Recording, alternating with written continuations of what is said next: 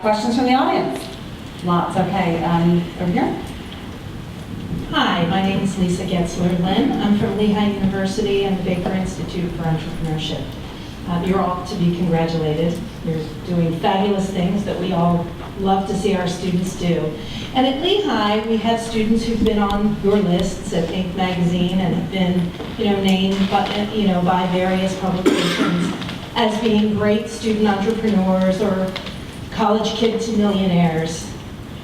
And what we see is that there's a percentage of students like yourself who self-identify.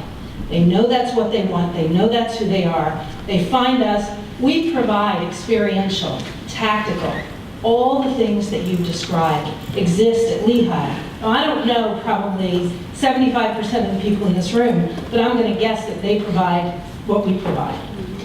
So that takes me back to the slide, Scott's slide, that said 63% of college students didn't have the opportunity to be educated as entrepreneurs. And I would probably tell you that at Lehigh, probably that percentage doesn't know it's available. So then we go back to our friend from the media, Reba. So we don't tell our story well. We don't get the word out. Our students don't know what we have to offer. Help us do that. Just as a real quick note to that, again, this is the typical element, and I do want to shout out the folks at the SBA, because we had a great conversation again about this a couple weeks ago about perception and what you provide versus what we think you provide.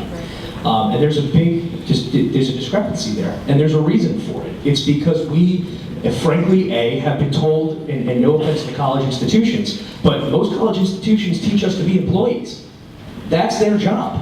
Yeah, I thought the perfect thing that was told yesterday is the fact that most college institutions base their entire studies, their research on what their graduation to jump ratio is. How can you do that sort of education, and that's what you preach, that's what you teach, and not do what you should be doing? How many startups do we create? How much economic development growth? So going back to this, I think you need to bring a lot of those students back to your campus, the successful ones, to build up that demand, to show it existed, and to show what they got out of it, and then what they've learned to bring back to it to make it even stronger. I'm just going to quickly follow up on another point. I think and I'm sorry if I piss people off here, but I really don't think it's necessarily the college is going to the students and saying, be an entrepreneur. I think, going back to what these guys were saying, it's that inherent culture. And so the best thing you can do is what he's saying, bring these people back to the campuses, bring any elements you can, and let the culture create itself between the peers.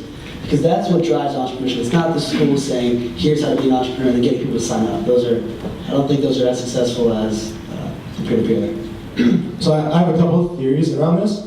I think what you need is student evangelists. The faculty and the staff don't use the same communication mediums as the students, right? How many departments here are very savvy at Facebook? I would wonder. Or how many departments here use Twitter? Show of hands. A lot? No, it's not. Well, I still think so. How many students follow you? Okay, next question. But in addition to that, you really need hype. You need to give students a reason to go to the events. And if you have a long business plan conference that's a year long, it really drags on and it loses momentum. Versus these smaller events like gumball challenges, and lean startup machines, you can create a lot of hype, and it's only 48 hours or a week. And by the end of it, it's low commitment to continue on if they don't want to. Ryan. In 10 words, Lisa, entrepreneurship is defined as building businesses, which is wrong. And to reach the full campus, entrepreneurship needs to be defined as taking action to change the world, and that will reach everybody on your campus. Cool. Yes. Shall I shout? Yeah. Where's the mic? Mike's right here. Repeating question. I'll bring it over to you. I think we can hear you. You know when the mic's over. I'll repeat. You say it to me. I'll repeat it.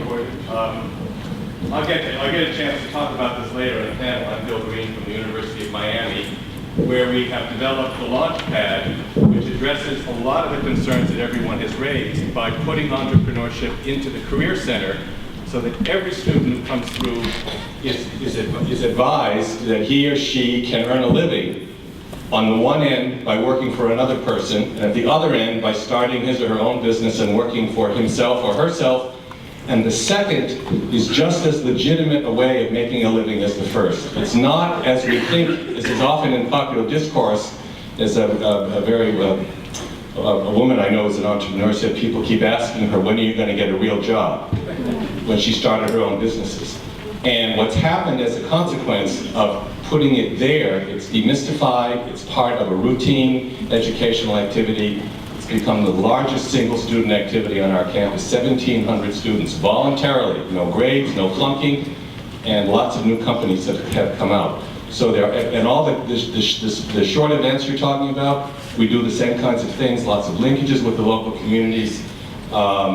So there's an option, and we'll talk about this in the panel later on, but I just wanted to put in the 2 cents that there are models and there are ways to do it without turning the culture upside down and without expecting to change the professors, which good luck doing that. Thank you. Questions? More questions? Yes.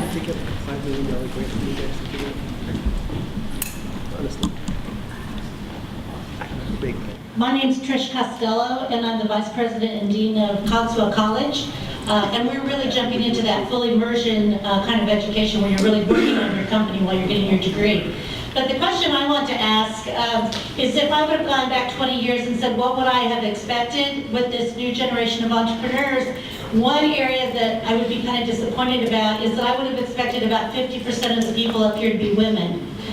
Yeah, And so thank you. I'm wondering, where are the young women that are going to be entrepreneurs? I'm so glad you asked that, Trish, because this is a question I ask all the time. I ask it too. Yeah, we try to.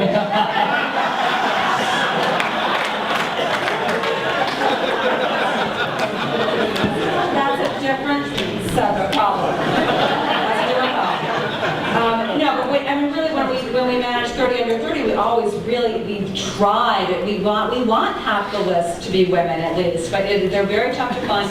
My observation is I think that they tend to start companies later, in their later 20s, and I don't know why that is, but I would like to hear maybe friends.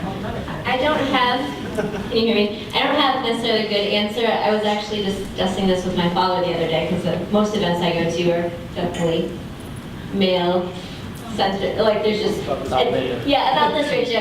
I think that women may be more risk-averse, and as a result of that, not all risk-averse, but in general, like there's not a whole lot of consistency with being an entrepreneur. And I know women who do it really well, but I also know women who just, they want to know what's going on, they want to make an impact where they're at. And there's ways of doing that through entrepreneurship, but there's also ways of doing that not through entrepreneurship that are easier. So it's possibility, I don't really know. I also think maybe lack of visible female role models. Anybody? Not hands, nods? Yes? Yes. I'm Marissa Levin, and I own Information Experts, and I've had my firm for 16 years, so I started my firm when I was 27. And there were no other women anywhere for me to go to, and I'm very active in the entire women's business owners and women's entrepreneurship community. And it's very difficult for women to balance building a company while building a life. And I call it the struggle with the juggle. I mean, and that's the culture that I've developed in my company, which is why I have people that have still been with me, women who've been with me for 10 years, working for me because I'm not a hypocrite. I don't outsource my child care. I've got kids who are 10 and 13. I've built my firm while raising my family. But I'll tell you, there aren't a lot of other women out there who've scaled a business past $10 million while they're raising a family. It's a very difficult thing. Well, it's either raise a business or raise it.